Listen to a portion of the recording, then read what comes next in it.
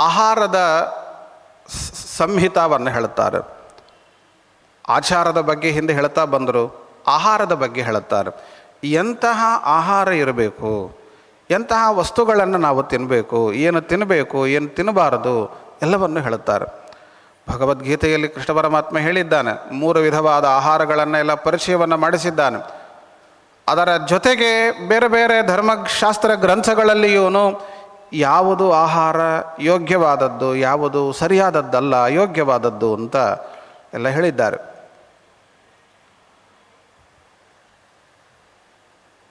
ಯೋಗ್ಯನ ಅನ್ನವನ್ನು ಸ್ವೀಕಾರ ಮಾಡು, ಅಯೋಗ್ಯನ ಅನ್ನವನ್ನು ತಿನ್ನಬೇಡ ಅಂತ ಇದು ಮೊದಲ ಮಾತು ಪುರಾಣ ಹೇಳೋದು. ಯಾಕೆ ಅಂದರೆ ಯಸ್ಯ ಅನ್ನೇನ ಉದರಸ್ಥೇನ ಮೃತಃ ತದ್ ಯೋನಿಮಾಪ್ನುಯಾತ್. ನಾನು ನಿನ್ನೆ ಹೇಳಿದೆ, ಯಾವ ರೀತಿಯ ಅನ್ನವೋ ಆ ರೀತಿಯ ಮನಸ್ಸು ಅಂತ. ಅಶಿತಂ ಅನ್ನಂ ತ್ರೇಧಾ ವಿಧೀಯತೆ. ತಿಂದ ಅನ್ನ 3 ರೀತಿಯಲ್ಲಿ ವಿಕಾರ ಆಗ್ತದೆ. ಸ್ಥೂಲ ಭಾಗ ಅದು ಹೊರಗೆ ಹೋಯಿತು, ಮಧ್ಯದ ಭಾಗ ಮಾಂಸವಾಗಿ ವಿಕಾರವನ್ನು ಹೊಂದಿತು, ಅದರ ಸೂಕ್ಷ್ಮ ಭಾಗವೇನೆ ಮನಸ್ಸಾಗುತ್ತೆ, ಮನಸ್ಸಿಗೆ ಕಾರಣವಾಗ್ತದೆ. ಆದ್ದರಿಂದ ಶುದ್ಧವಾದ ಪವಿತ್ರವಾದ ದೇವರಿಗೆ ನಿವೇದಿತವಾದ ಯೋಗ್ಯನ ಅನ್ನವನ್ನು ಊಟ ಮಾಡು ಅಂತಾರೆ. ಯಾವ ರೀತಿಯ ಮನಸ್ಸಿನಿಂದ ಕೂಡಿದ ವ್ಯಕ್ತಿ ಕೊಟ್ಟ ಅನ್ನವನ್ನು ಊಟ ಮಾಡುತ್ತೇವೋ ಅದೇ ರೀತಿಯ ಮನಸ್ಸು ನಮ್ಮದಾದೀತು. ಯಾವ ರೀತಿಯ ಮನಸ್ಸಿನಿಂದ ಕೂಡಿದ ವ್ಯಕ್ತಿಯನ್ನು ಅನ್ನವನ್ನು ತಿಂದು ಪ್ರಾಣ ಬಿಡುತ್ತೇವೆ ಅದೇ ರೀತಿಯ ಮನಸ್ಸಿನ ಬದುಕನ್ನು ಮುಂದಿನ ಜನ್ಮದಲ್ಲಿ ಮಾಡಬೇಕಾಗ್ತದೆ ಅಂತಾರೆ. ಯಸ್ಯ ಅನ್ನೇನ ಉದರಸ್ಥೇನ, ಉದರದಲ್ಲಿ ಯಾವ ಅನ್ನ ಇದೆಯೋ ಮೃತಸ್ಯ ಪ್ರಾಣವನ್ನು ಅದೇ ರೀತಿಯಲ್ಲಿ ಅದೇ ಅನ್ನವನ್ನು ಇಟ್ಟುಕೊಂಡು ಪ್ರಾಣ ಬಿಟ್ಟನೋ ಅವನಿಗೆ ತದ್ ಯೋನಿಂ ಆಪ್ನುಯಾತ್, ಮುಂದೆ ಅದೇ ರೀತಿಯ ಜನ್ಮವನ್ನು ಪಡಿಬೇಕಾಗ್ತದೆ. ಆದ್ದರಿಂದ ಆದಷ್ಟು ಸದಾಚಾರಿಗಳ, ಯೋಗ್ಯರ, ಸಜ್ಜನರ, ದೇವರ ನೈವೇದ್ಯವನ್ನು ಮಾಡಿದ ಅನ್ನವನ್ನು ಊಟವನ್ನು ಮಾಡಿ. ಒಬ್ಬರ ಅನ್ನ ಊಟ ಮಾಡುವುದು ಅಂತಂದರೆ ಅದಕ್ಕಂತಾರೆ ಅವರ ಯೋಗ್ಯರ ಅನ್ನ ತಗೊಳ್ಳುವುದು ಅದು ಒಳ್ಳೆಯದೇ. ಕೇಳಿ ಸ್ವೀಕಾರ ಮಾಡಬೇಕಂತೆ, ಬೇಡಿ ತೊಗೊಂಡು ಬರಬೇಕಂತೆ, ತಿನ್ನಬೇಕಂತೆ. ಅಷ್ಟೆಲ್ಲ ಆಗೋದಿಲ್ಲವೇ? ಒಂದು ಲೋಟ ನೀರಾದರೂ ಕೇಳಿ ತೊಗೊಂಬರ್ಬೇಕಂತ. ಶ್ರೋತ್ರಿಯನ ಮನೆಯಲ್ಲಿ ಊಟ ಮಾಡಬೇಕು ಅಂತಾರೆ, ಕೇಳಿ ಮಾಡಬೇಕು. ಅಷ್ಟೊಂದು ಊಟಕ್ಕೆ ಹಾಕ್ಲಿಕ್ಕೆ ಆಗದೇ ಇದ್ರೂ ಅವರಲ್ಲಿ ಪಾಪ ಅವರಿಗೆ ಕಷ್ಟ ಇದ್ದರೆ ಒಂದು ಲೋಟ ನೀರಾದರೂ ಕೇಳಿ ಕುಡಿದು ಬರಬೇಕು ಅಂತಾರೆ. ಶುದ್ಧವಾದ ಮನಸ್ಸು ಅವರಂತೆ ನಮ್ಮ ಮನಸ್ಸು ಕೂಡ ಆಗಲಿ ಅಂತ ಅಪೇಕ್ಷೆ ಪಡಬೇಕು ಅಂತ. ಊಟದಲ್ಲಿ, ಆಹಾರ ಪದಾರ್ಥದಲ್ಲಿ ಕೂದಲುಗಳಿದ್ದರೆ ಅದನ್ನು ತಿನ್ನಬಾರದು ಅಂತಾರೆ. ಕೂದಲುಗಳಿದ್ದರೆ ಅದನ್ನು ತಿನ್ನಬಾರದು ಅಂತಂದರೆ ಏನು? ಆ ಆಹಾರವನ್ನೇ ಬಿಟ್ಟುಬಿಡಬೇಕು ಅಂತಾರೆ. ಈ ಒಳ್ಳೆ ಊಟ ಮಾಡ್ತಾ ಇರ್ತೇವೆ, ನಡುವೆ ಕೂದಲು ಬಂದುಬಿಡುತ್ತೆ, ಆಗ ಆಹಾರ ತಗೊಳ್ಬಾರ್ದು ಅಂತಾರೆ. ಅದನ್ನು ಬಿಟ್ಟು ತ್ಯಾಗವನ್ನೇ ಮಾಡಬೇಕು ಅಂತಾರೆ. ಕೂದಲು ತುಂಬ ದುಷ್ಟವಾದದ್ದು. ಕೂದಲು, ಉಗುರು, ಮನುಷ್ಯನ ಉಗುರುಗಳು ಇದೆಲ್ಲ ತುಂಬ ದುಷ್ಟವಾದದ್ದು. ಅದರ ಸಂಪರ್ಕ ನೀರಿಗೆ, ಆಹಾರಕ್ಕೆ ಆಗಬಾರದು ಅಂತಾರೆ. ಕೇಶ ಕೀಟಾವಪನ್ನಂಚ ಸ್ವಭೂರ್ಲೇಖಂಚ ನಿತ್ಯಶಃ. ನಾಯಿ ಬೇರೆ ಬೇರೆ ದುಷ್ಟ ಪ್ರಾಣಿಗಳಿಂದ ಆಘ್ರಾತವಾದ, ಮೂಸು ನೋಡಲ್ಪಟ್ಟ ಆಹಾರವನ್ನು ಸ್ವೀಕಾರವನ್ನು ಮಾಡಬೇಡಿ. ಮದ್ಯಪಾನ ಇವೆಲ್ಲ ಮಾಡ್ತಕ್ಕದ್ದಲ್ಲ, ಎಲ್ಲ ಗೊತ್ತಿರುವಂತಹ ಸಂಗತಿ ಏನೇ. ಇದಿಷ್ಟು ತಿಳಿಸಿಕೊಟ್ಟು, ಇನ್ನು ಪ್ರತಿಯೊಬ್ಬರೂ ದಿನನಿತ್ಯವೂ ಎಷ್ಟು ಗಂಟೆಗೆ ಏಳಬೇಕು, ನಮ್ಮ ದಿನಚರಿ ಆರಂಭ ಆಗುವುದು ಯಾವಾಗ, ನಮ್ಮ ದಿನಚರಿ ಯಾವಾಗ ಅಲ್ಲ, ಯಾವಾಗ ಮಾಡಬೇಕು ಅದನ್ನು ಹೇಳುತ್ತೆ. ಅದಕ್ಕೆ ತಕ್ಕಂತೆ ನಾವು ನಮ್ಮ ದಿನಚರಿಯನ್ನು ಹೊಂದಿಸಿಕೊಳ್ಬೇಕು. ಎಷ್ಟು ಗಂಟೆಗೆ ಏಳಬೇಕು? ಬ್ರಾಹ್ಮೇ ಮುಹೂರ್ತೇತು ಉತ್ಥಾಯ ಧರ್ಮಂ ಅರ್ಥಂಚ ಚಿಂತಯೇತ್. ಸಾಧಾರಣವಾಗಿ 4-4:15 ಗಂಟೆ ಅದು ಹಾಸಿಗೆಯಿಂದ ಮೇಲಕ್ಕೆ ಏಳುವುದಕ್ಕೆ ಯೋಗ್ಯವಾದ ಕಾಲ. ಬ್ರಾಹ್ಮೇ ಮುಹೂರ್ತ ಕಾಲ, ಬ್ರಾಹ್ಮ ಮುಹೂರ್ತ ಅಂತಾರೆ. ರಾಮಚಂದ್ರನನ್ನು ವಿಶ್ವಾಮಿತ್ರರು ಎಬ್ಬಿಸಿದರು. ಪ್ರಸಿದ್ಧವಾದ ಶ್ಲೋಕ ನಿಮಗೆಲ್ಲ ಗೊತ್ತೇ ಇದೆ.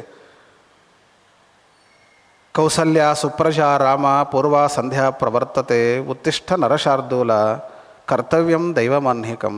ರಾಮಚಂದ್ರ ಹೇಳಪ್ಪ, ಸೂರ್ಯೋದಯ ಆಗಲಿಕ್ಕಿದೆ, ಆಹ್ನಿಕ ಮಾಡಬೇಕು, ಸಂಧ್ಯಾ ಮಾಡಬೇಕಿದೆ, ದೈವಮಾನ್ಹಿಕಂ ಏಳು ಮೇಲೆ ಅಂತ ವಿಶ್ವಾಮಿತ್ರರು ಎಬ್ಬಿಸ್ತಾರೆ. ದೇವರಿಗೆ ನಿದ್ದೆ ಇಲ್ಲ, ಅದೆಲ್ಲ ಬೇರೆ ಕಥೆ. ನಾವು ಮಕ್ಕಳನ್ನು ಎಬ್ಬಿಸುವುದೇ 8 ಗಂಟೆ ಮೇಲೆ. ಹೇಳಪ್ಪ 8 ಗಂಟೆ ಆಯಿತು, 4 ಗಂಟೆ ಆಗಿದೆ, 5 ಗಂಟೆ ಆಗಿದೆ, ಹೇಳಿ ಅಂತ ಯಾವತ್ತು ಹೇಳುತ್ತೇವೆ ನಾವು ಮಕ್ಕಳಿಗೆ. ಅದು ಎಬ್ಬಿಸುವುದು ಕೂಡ ಬೇರೆದಕ್ಕೆ ಟೈಮ್ ಆಯಿತು, ತಿಂಡಿಗೆ ಟೈಮ್ ಆಯಿತು, ಮತ್ತೊಂದಕ್ಕೆ ಟೈಮ್ ಆಯಿತು ಅಂತ ಎಬ್ಬಿಸ್ತೇವೆ ಹೊರತು ಸಂಧ್ಯಾವಂದನೆ ಮಾಡಬೇಕು, ಟೈಮ್ ಆಯಿತು, ಸೂರ್ಯೋದಯ ಆಯಿತು, ಅಷ್ಟರೊಳಗೆ ಹೇಳಬೇಕು, ಸಾರಿಗೆ ಕೊಡಬೇಕು, ಇದು ಇಲ್ಲೇ ಇಲ್ಲ ನಮ್ಮಲ್ಲಿ. ಎಷ್ಟು ಎಚ್ಚರವನ್ನು ಕೊಡುತ್ತದೆ ಪುರಾಣ. ಉಷಃ ಕಾಲೇ ಎದ್ದು 2 ಕೆಲಸ ಮಾಡಬೇಕು. 2 ಏನು ಮಾಡಬೇಕು ಅಂದರೆ, ಅದರಲ್ಲಿ ಒಂದನ್ನಂತೂ ನಾವು ಯಾವಾಗಲೂ ಮಾಡ್ತಿರ್ತೇವೆ. ಉಷಃ ಕಾಲ ಏನು, ರಾತ್ರಿ ಮಲಗುವಾಗಲೂ ಮಾಡ್ತೇವೆ, ಬೆಳಗಿನಿಂದ ರಾತ್ರಿವರೆಗೂ ಮಾಡ್ತೇವೆ. 2 ಹೇಳಿದ್ದಾರೆ. ಏನನ್ನ ಅಂದರೆ, ಧರ್ಮಂ ಅರ್ಥಂಚ ಚಿಂತೆಯೇತ್. ಧರ್ಮದ ಚಿಂತೆಯನ್ನು ಮಾಡು, ಹಣದ ಚಿಂತೆಯನ್ನು ಮಾಡು ಅಂತ. ಧರ್ಮಂ ಅರ್ಥಂಚ ಚಿಂತೆಯೇತ್ ಅಂದರೆ, ಇವತ್ತು ಏನು ತಿಥಿ ಇದೆ, ಇವತ್ತು ನಾನು ಏನು ಧರ್ಮ ಮಾಡಬೇಕು, ಏನು ಆಚರಣೆ ಮಾಡಬೇಕು, ಏನು ಕೆಲಸಗಳನ್ನು ಮಾಡಬೇಕು, ಅದನ್ನು ಯೋಚನೆ ಮಾಡು. ಅದಕ್ಕೆ ಸಹಕಾರಿಯಾದಂತಹ ಹಣ ಬೇಕಲ್ಲ. ಹಣ ಇಲ್ಲದೇ ಇದ್ದರೆ ಧರ್ಮ ಮಾಡಲಿಕ್ಕಾಗೋದಿಲ್ಲ. ಹಾಗಾಗಿ ಅರ್ಥದ ಚಿಂತೆಯನ್ನು ಮಾಡು. ಅಡಿಗೆ ಆಗಬೇಕು, ಹಣದ ಅವಶ್ಯಕತೆ ಇದೆ. ಒಬ್ಬರಿಗೆ ದಾನ ಮಾಡಬೇಕು, ಹಣದ ಅವಶ್ಯಕತೆ ಇದೆ. ಅರ್ಥದ ಚಿಂತೆಯನ್ನು ಮಾಡು ಮತ್ತು ಧರ್ಮದ ಚಿಂತೆಯನ್ನು ಮಾಡು ಅಂತ. ನಾವು ಅದರಲ್ಲಿ ಒಂದನ್ನು ಬಿಟ್ಟು ಒಂದನ್ನು ಯಾವಾಗಲೂ ಮಾಡ್ತಾ ಇರ್ತೇವೆ. ಅರ್ಥದ ಚಿಂತೆಯೂ ಬೇಕು, ಧರ್ಮದ ಚಿಂತೆಯೂ ಕೂಡ ಬೇಕೇನೆ. ಆನಂತರದಲ್ಲಿ ಇಷ್ಟು ಅಂತ ವ್ಯವಸ್ಥೆ ಮಾಡಿಕೊಂಡು, ಪ್ಲ್ಯಾನ್ ಮಾಡಿಕೊಂಡು, ಇವತ್ತು ಇಷ್ಟೆಲ್ಲ ಮಾಡಬೇಕು, ಇಷ್ಟಿಷ್ಟು ಪಾರಾಯಣ ಆಗಬೇಕು, ಜಪ ಆಗಬೇಕು, ಪುರಾಣ ಹೋಗಬೇಕು, ಅಥವಾ ಪೂಜೆ ಆಗಬೇಕು, ಇದೆಲ್ಲ ಯೋಚನೆಯನ್ನು ಮಾಡಿ ಮೊದಲೇ ಸ್ನಾನವನ್ನು ಮಾಡು ಅಂತಾರೆ. ಪ್ರಾತಃ ಸ್ನಾನವನ್ನು ಮಾಡಬೇಕು ಅಂತಾರೆ. ಮುಖೇ ಸುಪ್ತಸ್ಯ ಸತತಂ, ಬೆಳಗ್ಗೆ ಎದ್ದ ಕೂಡಲೇ ಶೌಚಾದಿಗಳನ್ನು ಮುಗಿಸಿಕೊಂಡು ಸ್ನಾನ ಮಾಡಬೇಕು. 8, 9, 10, 12 ಸ್ನಾನ ಅಲ್ಲ. ಸೂರ್ಯೋದಯ ಆಗುವುದರ ಒಳಗಾಗಿ ಸ್ನಾನ ಮಾಡಿ ಸೂರ್ಯನಿಗೆ ಅರ್ಘ್ಯ ಕೊಟ್ಟು ಜಪಕ್ಕೆ ತಯಾರಾಗಿರಬೇಕು, ಸಿದ್ಧ ಆಗಿರಬೇಕು. ಇಲ್ಲ ನಾವು ಮಧ್ಯಾಹ್ನ ನಾವು ಯಾವಾಗ ಮಾಡ್ತೇವೆ, ಟೈಮ್ ಆದಾಗ ಮಾಡ್ತೇವೆ ಅಂದರೆ ಅಲ್ಲ ಅಂತಾರೆ. ನಮ್ಮ ದೇಹದಿಂದ ಎಷ್ಟು ರೀತಿಯಲ್ಲಿ ನವದ್ವಾರಗಳ ಮೂಲಕವಾಗಿ ಹೊಲಸು ಹೊರಗೆ ಹೋಗ್ತಾ ಇರುತ್ತದೆ, ಅಷ್ಟೊಂದು ಹೊಲಸು ಹೊರಗೆ ಹೋಗ್ತಾ ಇರುವಾಗ, ವಿಸರ್ಜಿತವಾಗ್ತಾ ಇರುವಾಗ ಇಷ್ಟು ಹೊಲಸನ್ನು ಇಟ್ಟುಕೊಂಡು ದಿವಸಗಳನ್ನು ಕಳೆಯುವುದಲ್ಲ, ಗಂಟೆಗಳನ್ನು ಕಳೆಯುವುದಲ್ಲ. ಹಾಗಾಗಿ ಬೆಳಗ್ಗೆದ್ದ ಕೂಡಲೇ ದೇಹವನ್ನು ಶುದ್ಧಿ ಮಾಡಿಕೋ, ಹೊರದೇಹವನ್ನು ಶುದ್ಧಿ ಮಾಡಿಕೋ, ಅಂತರಂಗವನ್ನು ಆ ಮೂಲಕ ಶುದ್ಧಿಯನ್ನು ಮಾಡಿಕೋ. ಅಶಕ್ತವು ಅಶಿರಸ್ಕಂ ವಾ, ಪ್ರಾತಃ ಸ್ನಾನವನ್ನು ಆಚರಣೆಯನ್ನು ಮಾಡು. ಒಂದು ಮಾತು ಇದೆ, ಸದಾಚಾರ ಸ್ಮೃತಿಗೆ ವ್ಯಾಖ್ಯಾನವನ್ನು ಮಾಡುವಾಗ ಹೇಳ್ತಾರೆ, ಪ್ರಾತಃ ಸ್ನಾನ ಇವತ್ತು ಸೋಮವಾರ, ಸರಿ, ನಾಳೆ ಮಂಗಳವಾರ ಇದೆ, ಇವತ್ತಂತೂ ಮುಗೀತಲ್ಲ, ನಾಳಿನ ಪ್ರಾತಃ ಸ್ನಾನ ಬೆಳಗಿನ ಸ್ನಾನ ಆಗಬೇಕು. ಮಂಗಳವಾರದಿಂದ ಮುಂದಿನ ಸೋಮವಾರದವರೆಗೆ ಅಕಸ್ಮಾತ್ 7 ದಿನವೂ ನಿರಂತರ ಪ್ರಾತಃ ಸ್ನಾನವನ್ನು ನಾವು ಮಾಡುವುದನ್ನು ಬಿಟ್ಟುಬಿಟ್ಟಿವಿ ಅಂತಾದರೆ, 7 ದಿವಸವೂ ನಾವು ಮಾಡಿಲ್ಲ ಅಂತಾದರೆ ಬ್ರಾಹ್ಮಣ್ಯವೇ ಹೊರಟು ಹೋಯಿತು ಅಂತಾರೆ. ಉಪನಯನ ಮಾಡಿದ್ದೆಲ್ಲ ವ್ಯರ್ಥ ಅಂತಾರೆ. ಪ್ರಾತಃ ಸ್ನಾನ ಇಲ್ಲ ಅಂದರೆ ಹೊರಟು ಹೋಯಿತು ಅಂತಾರೆ. ಅಷ್ಟು ಹೇಳ್ತಾರೆ ಪ್ರಾತಃ ಸ್ನಾನಕ್ಕೆ ಮಹತ್ವವನ್ನು. ಪ್ರಾತಃ ಸ್ನಾನವನ್ನು ಮಾಡಿದಂತಹ ವ್ಯಕ್ತಿಗೆ ಪ್ರಜ್ಞಾ, ಮೇಧ, ಐಶ್ವರ್ಯ ಎಲ್ಲವೂ ಹೆಚ್ಚಾಗ್ತದೆ ಅಂತಾರೆ. ಅವಶ್ಯವಾಗಿ ಪ್ರಾತಃ ಸ್ನಾನವನ್ನು ಬಿಡದಂತೆ ಮಾಡಬೇಕು. ಕಾರ್ತೀಕ ಮತ್ತು ಮಾಘ, ವೈಶಾಖ ಹೀಗೆಲ್ಲ ಪ್ರಾತಃ ಸ್ನಾನಗಳನ್ನು ಹೇಳುತ್ತಾರೆ ಕಾರ್ತಿಕ ಮಾಸಾದಿಗಳಲ್ಲಿ. ಅದು ಕಾರ್ತಿಕ ಮಾಸಾದಿಗಳಲ್ಲಿ ಮಾತ್ರ ಮಾಡುವುದಲ್ಲ, ವರ್ಷ ಪೂರ್ತಿ ಮಾಡಬೇಕು, ಜೀವನ ಪೂರ್ತಿ ಮಾಡಬೇಕು ಪ್ರಾತಃ ಸ್ನಾನವನ್ನು. ತಣ್ಣೀರು ಸ್ನಾನ ಮಾಡು, ತಣ್ಣೀರು ಮಾಡಲಿಕ್ಕಾಗಲಿಲ್ಲ ಆದರೆ ಬಿಸಿನೀರನ್ನಾದರೂ ಮಾಡಿಕೋ, ಆದರೆ ಪ್ರಾತಃ ಸ್ನಾನವನ್ನು ಮಾಡು. ಅದಕ್ಕೆಲ್ಲ ಅನೇಕ ಪದ್ಧತಿಗಳನ್ನು ಹೇಳಿದ್ದಾರೆ. ಆಯಾ ರೀತಿಯಲ್ಲಿ ಸ್ನಾನಕ್ಕೆ ಅವಕಾಶವನ್ನು ಕೊಟ್ಟಿದ್ದಾರೆ. ಕೆಲವೊಮ್ಮೆ ಸ್ನಾನ ಮಾಡಲಿಕ್ಕೆ ಆಗ್ತಾ ಇರೋದಿಲ್ಲ, ದೇಹಕ್ಕೆ ಅನಾರೋಗ್ಯ ಉಂಟಾದಂತಹ ಸಂದರ್ಭದಲ್ಲಿ, ಹಾಸಿಗೆಯನ್ನು ಹಿಡಿದಂತಹ ಸಂದರ್ಭದಲ್ಲಿ ಆ ಕಾಲಕ್ಕೆ ಪ್ರಾತಃ ಸ್ನಾನ ಹೋಗಿ ಎಲ್ಲಿ ಮಾಡುವುದು, ಮುಳುಗಲಿಕ್ಕೆ ಆಗೋದಿಲ್ಲ, ಅವಗಾಹನ ಮಾಡಲಿಕ್ಕೆ ಆಗೋದಿಲ್ಲ. ಹಾಗಾದರೆ ಅದಕ್ಕೊಂದು ಬೇರೆ ದಾರಿ ಹೇಳ್ತೇವೆ ಅಂತಾರೆ. ಮಂತ್ರ ಸ್ನಾನ ಅಂತಾರೆ, ಮಲಸ್ನಾನ ಅಂತಾರೆ. ಅನೇಕ ರೀತಿಯ ದೇಹವನ್ನು ಶುದ್ಧಿ ಮಾಡಿಕೊಳ್ಳುವುದಕ್ಕೆ ಬೇಕಾದಂತಹ ಸ್ನಾನದ ಪದ್ಧತಿಯನ್ನು ಹೇಳಿ, ಸ್ನಾನ ಮಾಡಿಕೊಂಡು ಶುದ್ಧವಾಗಿ ಸಂಧ್ಯಾದಿ ಕರ್ಮಗಳನ್ನು ಅನುಷ್ಠಾನವನ್ನು ಮಾಡಬೇಕು. ಪ್ರತಿನಿತ್ಯವೂ ಕೂಡ ಸಂಧ್ಯಾವಂದನೆಯನ್ನು ಮಾಡಬೇಕು ಅಂತ. ನನಗೆ ಆಶ್ಚರ್ಯ ಏನಿಸುತ್ತೆ ಕೂರ್ಮ ಪುರಾಣದ್ದು ಅಂದರೆ, ಕೂರ್ಮ ಪುರಾಣದಲ್ಲಿ ಸಂಧ್ಯಾವಂದನೆ ಮಾಡಬೇಕು ಅಂತ ಹೇಳಿ ಏನೇನು ಮಾಡಬೇಕು ಸಂಧ್ಯಾವಂದನೆಯಲ್ಲಿ ಹೇಳಿದ್ದಾರೆ. ಶ್ರಾದ್ದವನ್ನು ಮಾಡಬೇಕು ಅಂತ ಮುಂದೆ ಹೇಳಿದ್ದಾರೆ, ಮುಂದೆ ಬರುತ್ತೆ. ಶ್ರಾದ್ದವನ್ನು ಮಾಡಬೇಕು ಅಂತ ಹೇಳಿ ಆರಂಭದಿಂದ ಕೊನೆಯವರೆಗೂ ಏನೇನು ಮಾಡಬೇಕು ಅಂತಾರೆ. ಪ್ರತಿಯೊಂದು ಕ್ರಿಯೆಯನ್ನು, ಹಂತಗಳನ್ನು ಕುರುಪುರಾಣವಾದದ್ದು ಹೇಳುತ್ತೆ.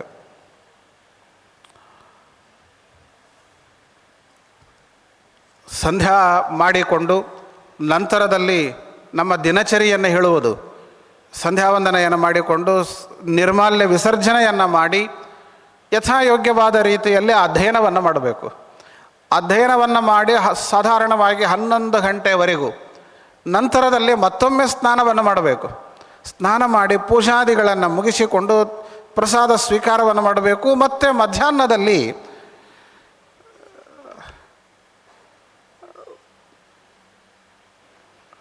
ಯಥಾಯೋಗ್ಯವಾದ ರೀತಿಯಲ್ಲಿ ರಾಮಾಯಣ, ಮಹಾಭಾರತ ಇವುಗಳನ್ನು ಅಧ್ಯಯನವನ್ನು ಮಾಡಬೇಕು ಅಂತಾರೆ. ಮುಂದೆ ಅದರ ಬಗ್ಗೆ ಹೇಳ್ತೇನೆ.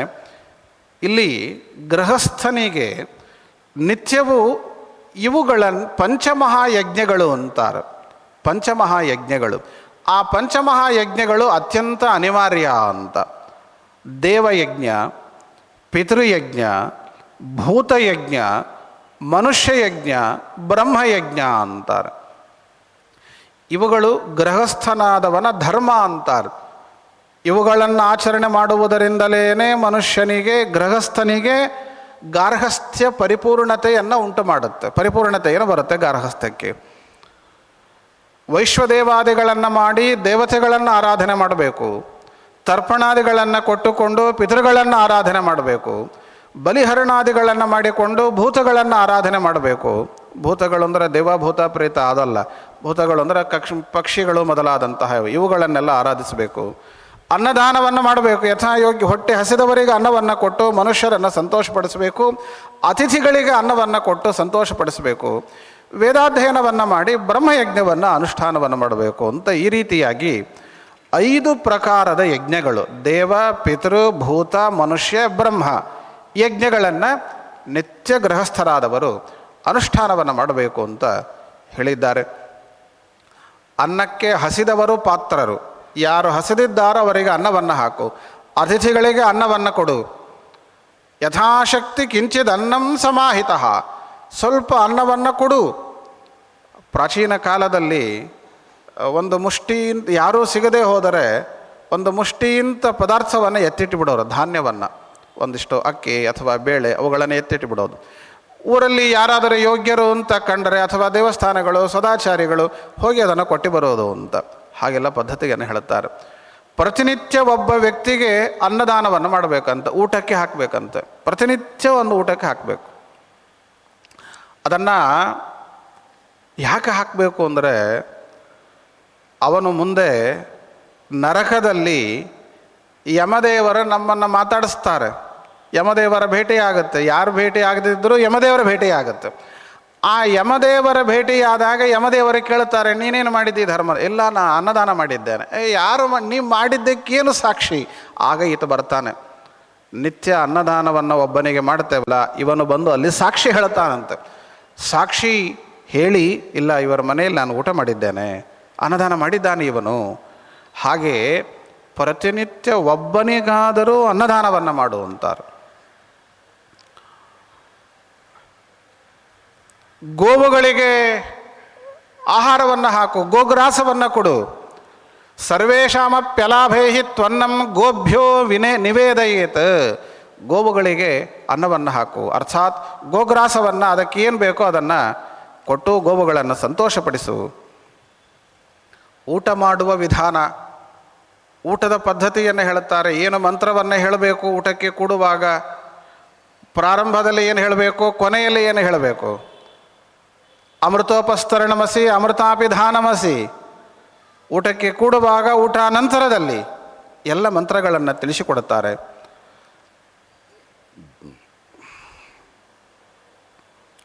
ಆತ್ಮಾರ್ಥಂ ಭೋಜನಂ ಯಸ್ಯ ರತ್ಯರ್ಥಂ ಯಸ್ಯ ಮೈಥುನಂ ವೃತ್ಯರ್ಥಂ ಯಸ್ಯ ಚಾಧೀತಂ ನಿಷ್ಫಲಂ ತಸ್ಯ ಜೀವಿತಂ.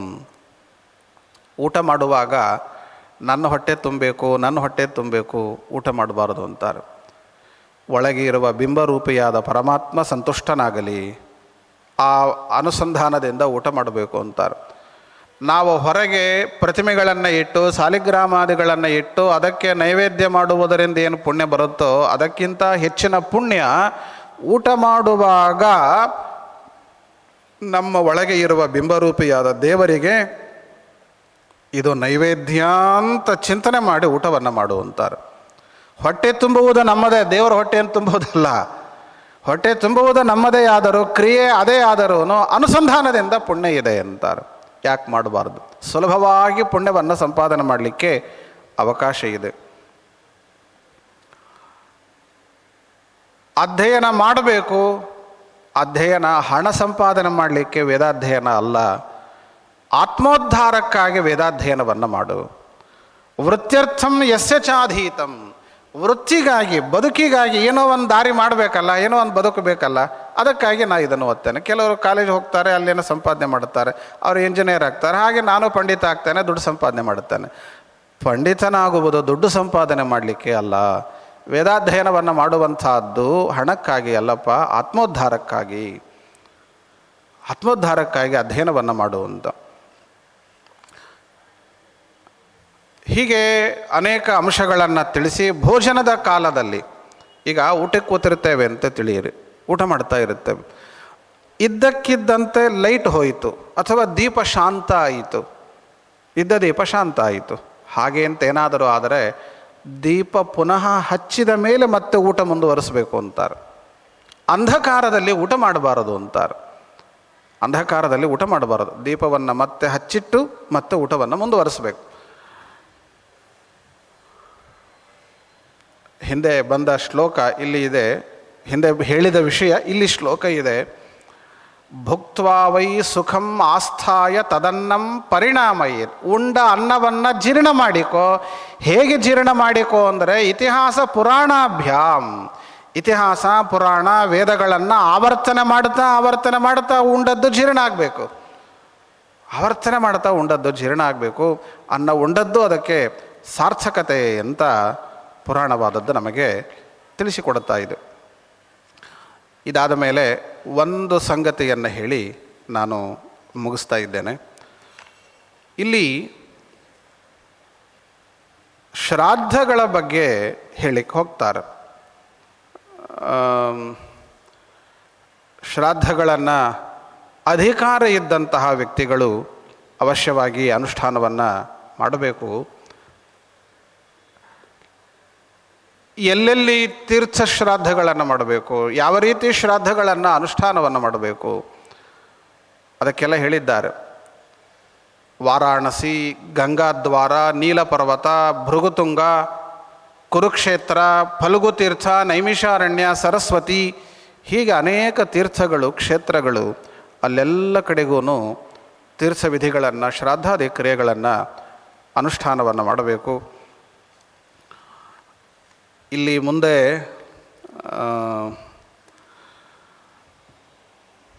ಯಾರು ಪಾತ್ರರು, ಯಾರು ಅಪಾತ್ರರು, ಊಟಕ್ಕೆ ಶ್ರಾದ್ದ ಭೋಜನಕ್ಕೆ ಯಾರನ್ನ ಕರಿಬೇಕು, ಯಾರನ್ನ ಕರಿಬಾರದು, ಯಾವ ರೀತಿ ಇರಬೇಕು, ಇಷ್ಟೆಲ್ಲ ಹೇಳಿ ಮುಂದೆ ತುಂಬ ವಿಸ್ತಾರವಾಗಿ 100 ತೀರ್ಥಗಳ ಬಗ್ಗೆ ಮತ್ತೆ ಹೇಳುತ್ತಾರೆ. 100 ತೀರ್ಥಗಳ ಬಗ್ಗೆ, ಯಾವ ತೀರ್ಥದಲ್ಲಿ ಏನೇನು ಮಹತ್ವ ಇದೆ ಅಂತ 2-3 ವಾಕ್ಯಗಳಲ್ಲಿ ತುಂಬ ಸಂಕ್ಷಿಪ್ತವಾಗಿ ಆದರೂ ಸಮಗ್ರವಾದ ಮಾಹಿತಿಯನ್ನು ಕೂರ್ಮ ಪುರಾಣವಾದದ್ದು ಕೊಡುವುದೇ ಇದೆ. ಆದರೆ ಸಮಯದ ನಿಯಮಕ್ಕೆ ಒಳಪಟ್ಟು ಹೆಚ್ಚಿನ ಮುಂದಿನ ವಿಚಾರಗಳಿಗೆ ನಾನು ಹೋಗ್ತಾ ಇಲ್ಲ. ಕಳೆದ ಒಂದು ವಾರದಿಂದ 7 ದಿವಸಗಳಿಂದ ಏನು ಕೂರ್ಮ ಪುರಾಣದ ಯಥಾಯೋಗ್ಯವಾದ ವಿಷಯಗಳನ್ನು ಸಂಕ್ಷಿಪ್ತವಾಗಿ ಚಿಂತನೆಯನ್ನು ಮಾಡಿದ್ದೇನೆ. ಪೂಜ್ಯ ಪರ್ಯಾಯ ಶ್ರೀಪಾದರಲ್ಲಿ ನನ್ನ ವಿಜ್ಞಾಪನೆ, ಪ್ರಾರ್ಥನೆ ಮತ್ತು ನಮ್ಮ ಕೂತ್ಪಾಡಿಯವರಿಗೂ ಕೂಡ ವಿಜ್ಞಾಪನೆಯನ್ನು ಮಾಡುತ್ತೇನೆ.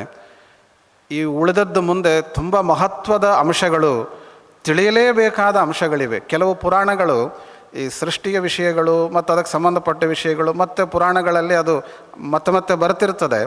ಹಾಗಾಗಿ ಮುಂದಿನವರಿಗೆ, ನಾಳೆ ಬರುವವರಿಗೆ ಅಥವಾ ಮುಂದಿನವರಿಗೆ ಇದರ ಮುಂದಿನ ಭಾಗವನ್ನು, ಕೂರ್ಮ ಪುರಾಣದ್ದೇ ಸ್ವಲ್ಪ ಮುಂದಿನ ಭಾಗವನ್ನು ಅವರಿಗೆ ಹೇಳಲಿಕ್ಕೆ ಅಂತ ಕೊಟ್ಟರೆ ಸಮಾಜಕ್ಕೆ, ಕೇಳುಗರಿಗೆ, ಜಿಜ್ಞಾಸುಗಳಿಗೆ ಬಹಳ ಅನುಕೂಲ ಆಗುತ್ತೆ ಅಂತನ್ನುವುದಕ್ಕಾಗಿ ಅದನ್ನು ಮುಂದಿನವರಿಗೆ ಅದನ್ನು ಉಳಿದದ್ದು ಭಾಗವನ್ನು ಕೊಡಬಹುದು ಅಂತ ನನ್ನ ಮಾತು, ನನ್ನ ಅಪೇಕ್ಷೆ.